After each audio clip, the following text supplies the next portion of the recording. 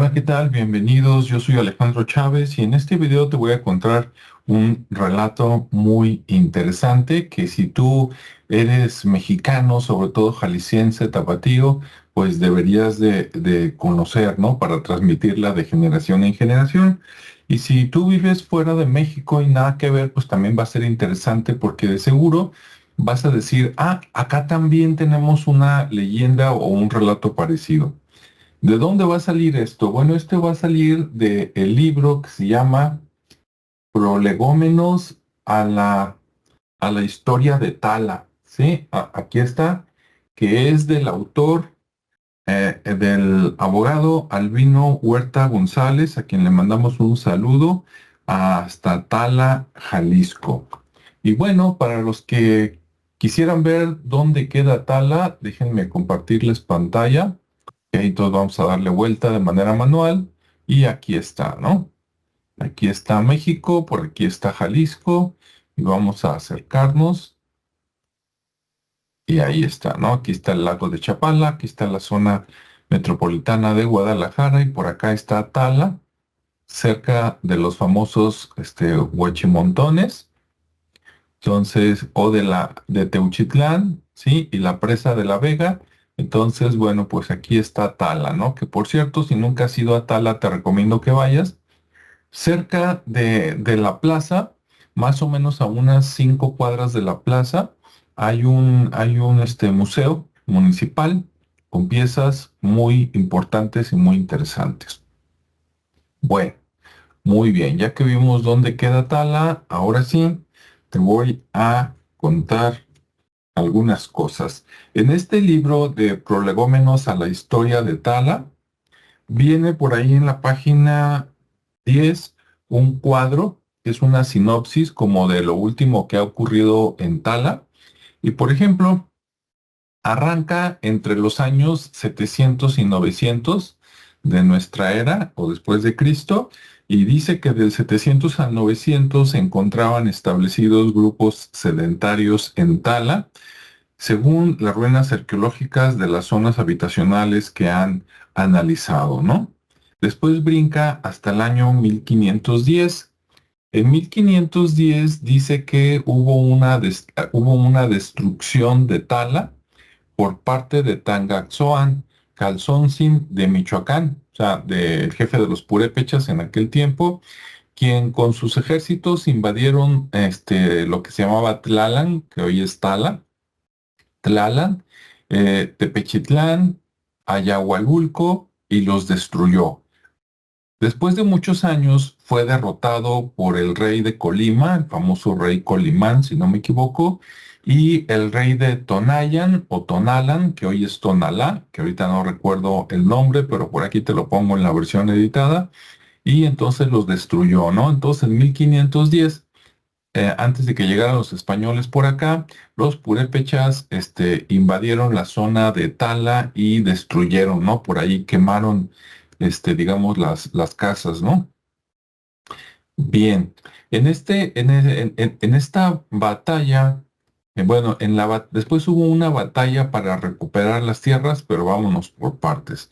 Bueno, en 1520, 10 años después, se funda Tlajomulco, que según eso significa algo así como en el rincón de la tierra, por instrucciones del rey de Tonalá, de Tonaya, el mismo rey que te había comentado anteriormente. Y se fundó Tlajomulco para que sirviera como una barrera, como un mirador para prevenir las futuras invasiones tarascas o purépechas. Es decir, que en los cerros de Tlajomulco se funda Tlajomulco por órdenes del rey de Tonalá, para que desde ahí se pudiera ver a lo lejos cuando vinieran los ejércitos purépechas y entonces hubiera tiempo suficiente para que a través de humo, sonidos, cuernos, ¿no? Caracoles, ve tú a saber qué más, les avisara a la gente de que venían los ejércitos y tuvieran tiempo pues de organizarse. ¿Vale? Bien, en este año de 1520 dice que Tala se une precisamente con Tonalá y hubo un líder de Tonalá muy famoso llamado Pitaloc, ¿ok? Que participó precisamente en la fundación de Tlajomulco.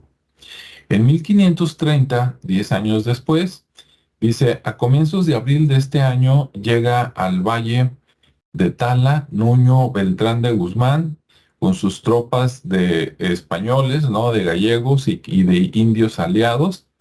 Y pues ahí le gustó el valle, el paisaje, vio los edificios destruidos 20 años antes por parte de Calzón Sin, de los purépechas. Y bueno, pues hasta ahí te comento. Ahora, en este año, más o menos de 1530, dice que nace la leyenda de los gigantes de Tala.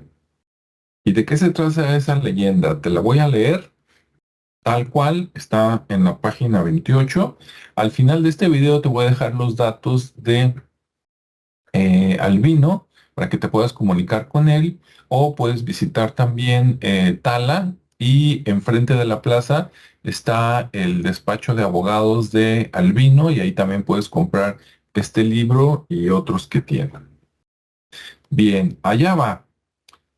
Leyenda de los gigantes de Tala. Dice, esta leyenda se recoge de la crónica miscelánea del primer historiador de Occidente, el famoso Fray Antonio Tello, quien con credulidad e ingenuidad de la época nos narra el paso de Nuño de Guzmán por el valle de Tala, hecho ocurrido después de la conquista de Tonayan a finales del mes de abril de 1530.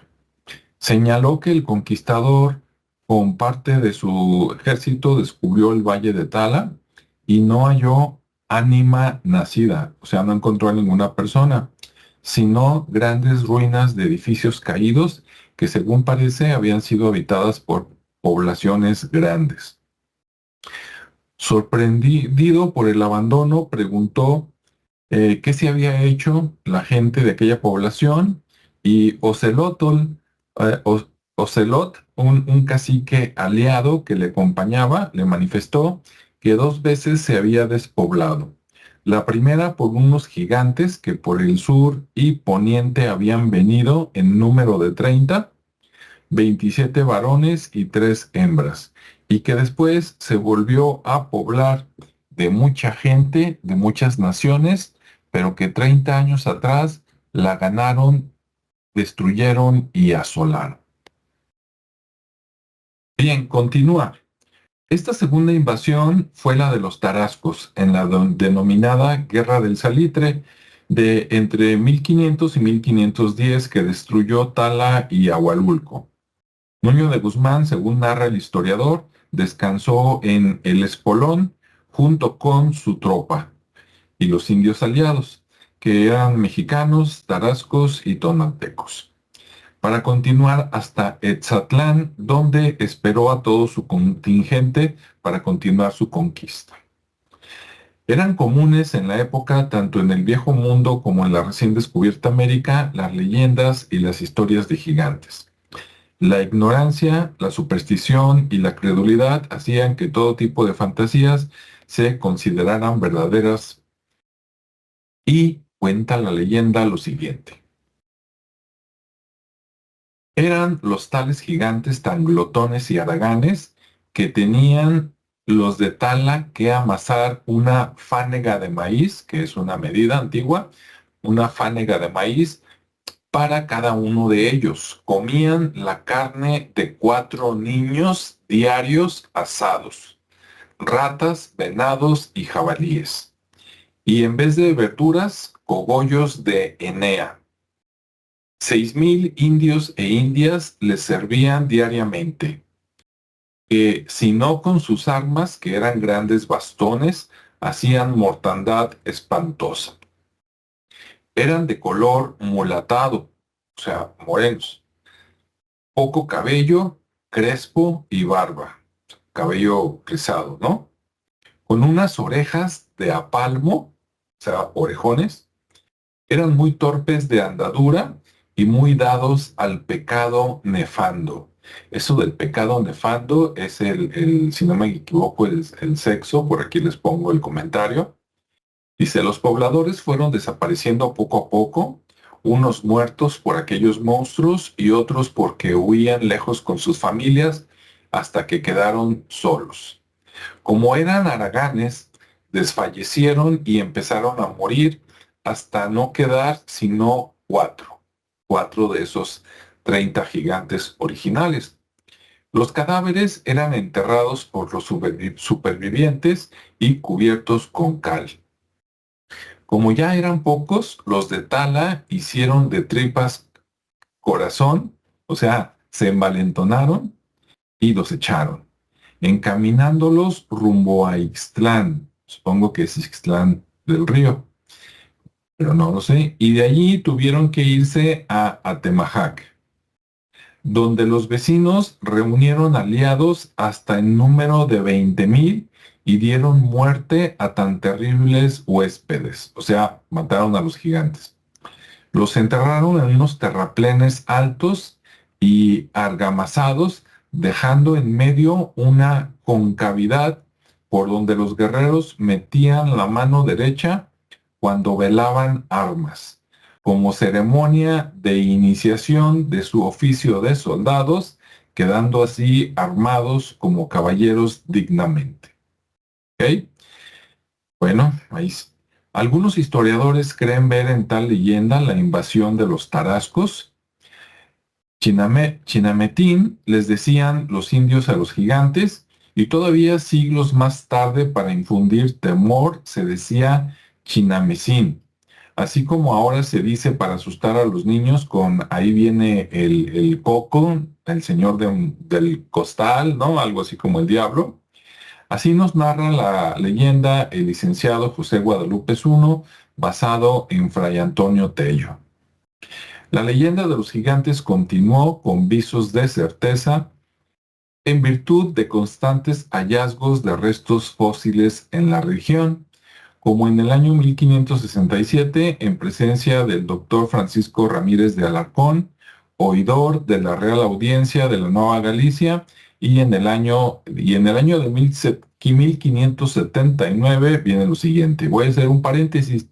Eso de que se encontraron huesos en el Estado de México, muchos de esos huesos eran huesos de fauna antigua, como mamuts, mastodontes, ¿sí? Tigres dientes de sable, etcétera, ¿no? Entonces podrían haber confundido, digamos, un fémur de un mamut con el fémur de un gigante, ¿no? Por ejemplo. Bueno, entonces sigue la leyenda. Dice, en el año de 1579, dice, en el mismo reino, Tala, en una junta que hacen los ríos que llaman el Valle de Tala, 10 leguas de la ciudad de Guadalajara, unos indios pescadores descubrieron cantidad de dientes, muelas y artejos, que las avenidas derrumbando la tierra les echaron fuera del centro de ella.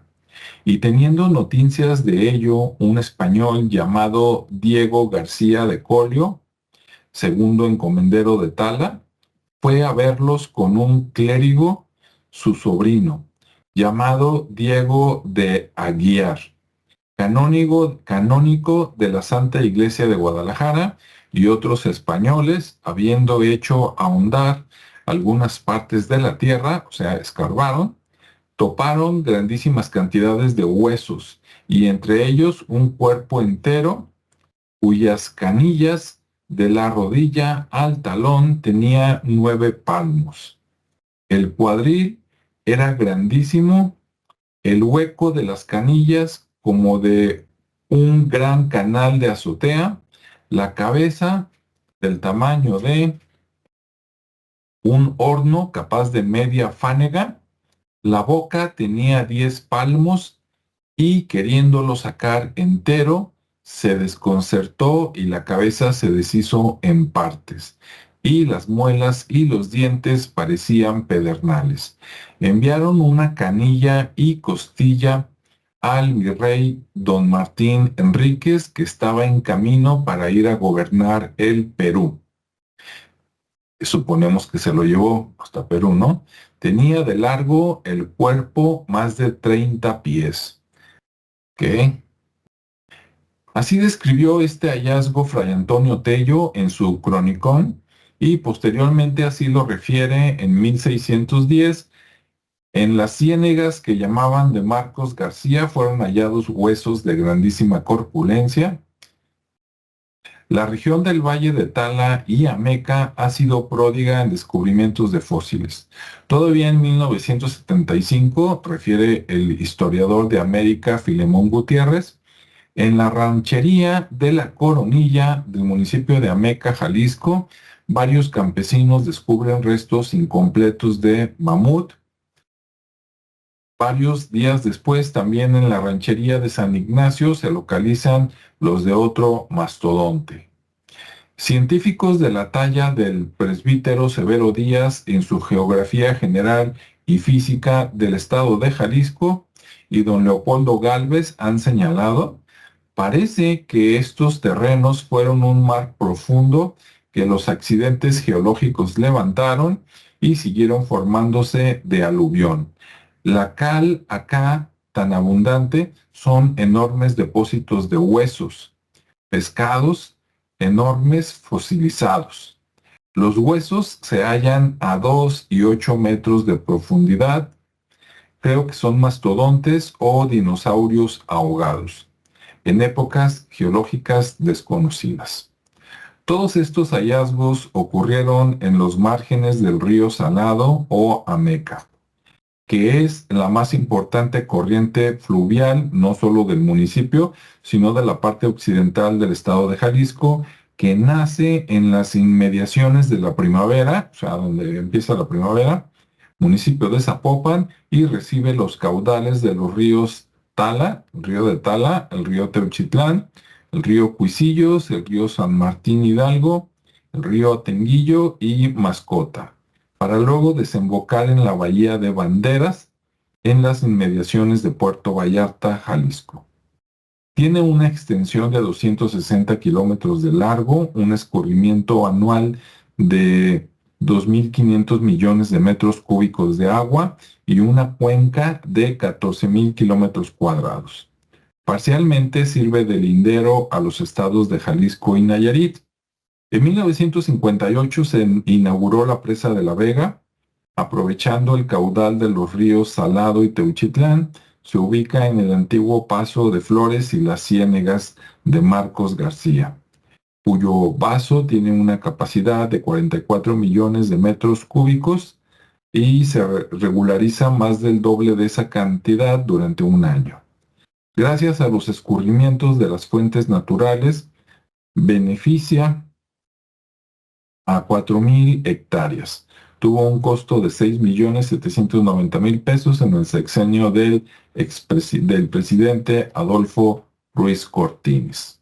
Bien, dice: la leyenda de los gigantes que destruyeron por primera vez Tala continuó a través de los siglos y por ello se le cita históricamente como Tala, tierra de gigantes.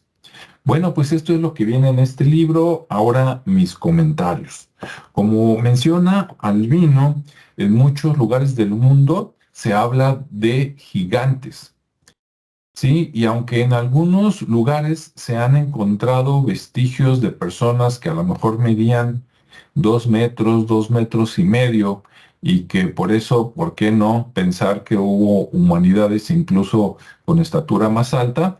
También es cierto que en muchos lugares se han encontrado pues, huesos, ya sea o de dinosaurios de hace millones de años o de mamíferos de hace 10.000, 20.000, 50.000 años, como los mamuts, que han confundido, ¿verdad?, con huesos de gigantes.